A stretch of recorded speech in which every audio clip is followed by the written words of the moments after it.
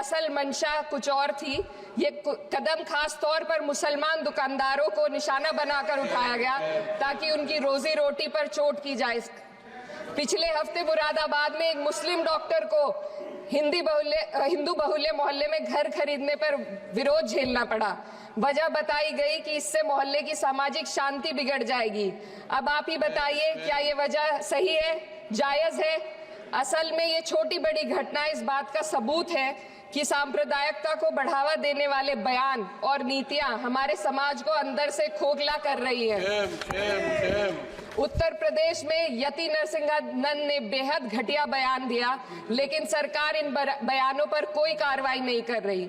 Hate speech न केवल जनमानस के विचारों को प्रदूषित करती है, बल्कि इससे अब संवैधानिक पदों पर बैठे लोगों को भी प्रभावित कर दिया है। अभी हाल ही में माननीय उच्च न्यायालय इलाहाबाद के माननीय न्यायाधीश ने ऐसे बयान दिए जिसका संज्ञान खुद सुप्रीम कोर्ट को लेना पड़ा।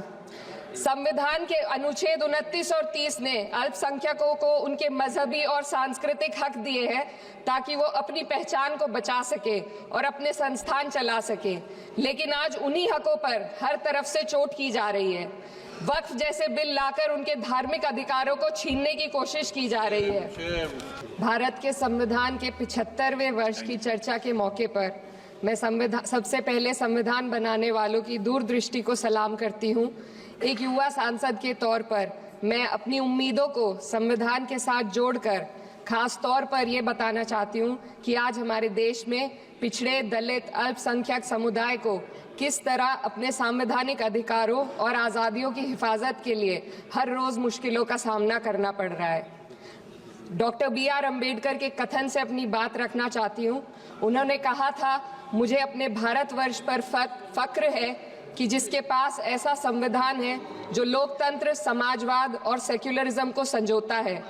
लेकिन आज ऐसा लगता है जैसे संविधान की किताब तो है, पर इसे चलाने वालों का ईमान गुम हो गया है। आज हिंदुस्तान में हर वर्ग को किसी न किसी चुनौती का सामना करना पड़ रहा है, मगर अल्पसंख्यक, खासतौर पर मुसलमानों पर जो कहर टूटा है वो किसी से छुपा नहीं है। ये लोग सिर्फ अपने मजहबी पहचान की वजह से निशाने पर हैं। संविधान का अनुच्छेद 15 कहता है कि किसी भी नागरिक के साथ धर्म, जाति या किसी और वजह से भेदभाव नहीं होना चाहिए, लेकिन हकीकत इसके उलट है। हालात इस कदर बिगड़ चुके हैं कि hate speech, mob lynching, bulldozer द्वारा घरों को गिराने की घटनाएं आम हो गई हैं, खास तौर पर उत्तर प्रदेश में, जहां ऐसा लगता है जैसे कानून के नाम पर जंगल राज चल रहा हो। संभल में जो हुआ वो सबके सामने है। पुलिस के संरक्षण में निर्दोष लोगों की हत्या की गई और सरकार ने चुप्पी साध ली। अल्पसंख्यकों पर हिंसा बढ़ती जा रही है, मगर सत्ता में बैठे लोग या तो आंखें मूंदे हुए हैं या फिर इन घटनाओं को बढ़ावा दे रहे हैं। हद तो तब हो जाती है जब न्यायपालिका की बात भी अनसुनी कर दी जाती है।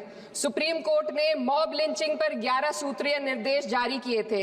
इसमें साफ कहा गया था कि राज्य सरकारें और पुलिस इस तरह की घटनाओं को रोकने और दोषियों पर सख्त कार्रवाई करने के लिए जिम्मेदार है, लेकिन आज भी इन निर्देशों पर अमल नहीं हो रहा है।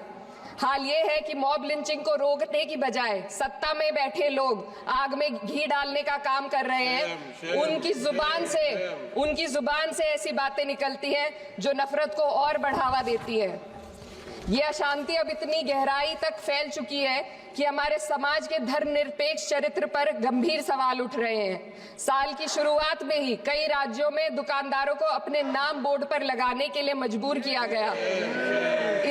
इसे सेहत और सुरक्षा के कानूनों का हिस्सा बताया गया, मगर असल मंशा कुछ और थी।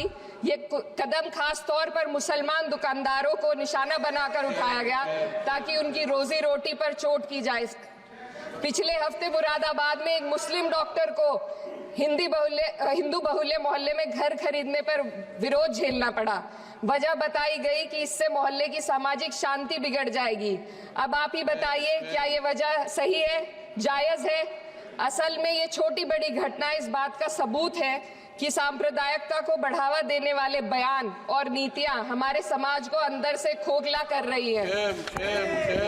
उत्तर प्रदेश में यति नरसिंहन ने बेहद घटिया बयान दिया, लेकिन सरकार इन बयानों पर कोई कार्रवाई नहीं कर रही।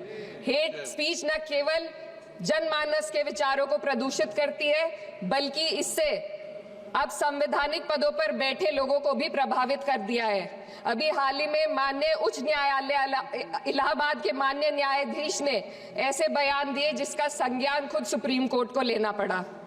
संविधान के अनुच्छेद 29 और 30 ने अल्पसंख्यकों को उनके मजहबी और सांस्कृतिक हक दिए हैं ताकि वो अपनी पहचान को बचा सके और अपने संस्थान चला सके, लेकिन आज उन्हीं हकों पर हर तरफ से चोट की जा रही है।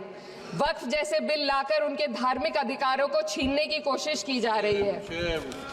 आज अल्पसंख्यक समुदाय को संविधान द्वारा दिए गए अपने बुनियादी अधिकार पाने के लिए लंबी लड़ाई लड़नी पड़ रही है। ऐसे कई मामले अदालत ने न्याय देकर संविधान की रक्षा की है, लेकिन अदालती प्रक्रिया में जो समय लगता है उसकी वजह से देश के सामाजिक ताने बाने को भारी नुकसान उठाना पड़ता है। मिसाल के तौर पर इलाहाबाद हाई कोर्ट ने 2004 के मदरसा एक्ट को रद्द कर दिया था, जिससे मदरसों के संचालन पर सवाल उठे।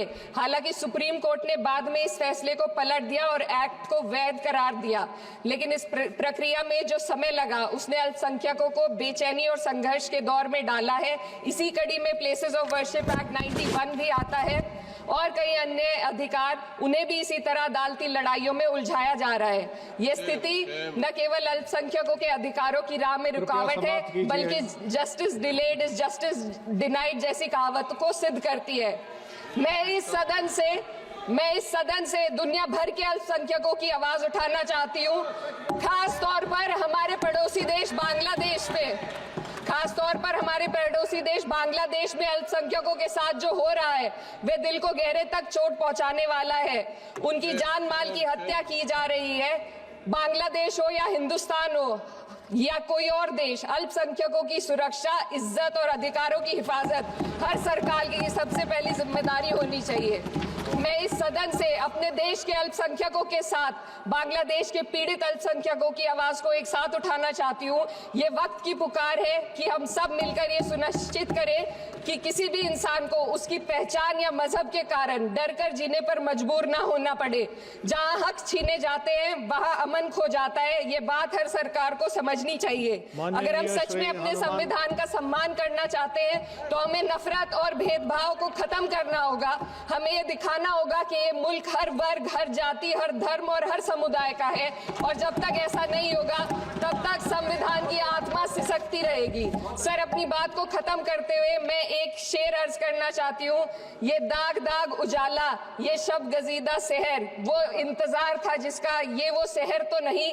लेकिन अगर इस सदन में बैठे हम सभी सदस्य ये ठान ले कि हमें संविधान के मूल्यों को लागू करना है और उसे लागू करने का प्रयास करें, तो वह सुबह जरूर आएगी जिसके लिए लाखों भारतवासियों ने अपने जानों की कुर्बानी दी थी। और आप हमसे जुड़े रहने के लिए सब्सक्राइब करें YouTube पर, फॉलो करें Twitter पर और लाइक करें Facebook पर। और ज्यादा जानकारी के लिए आपको टाइप करना होगा सिर्फ न्यूज़ नशा।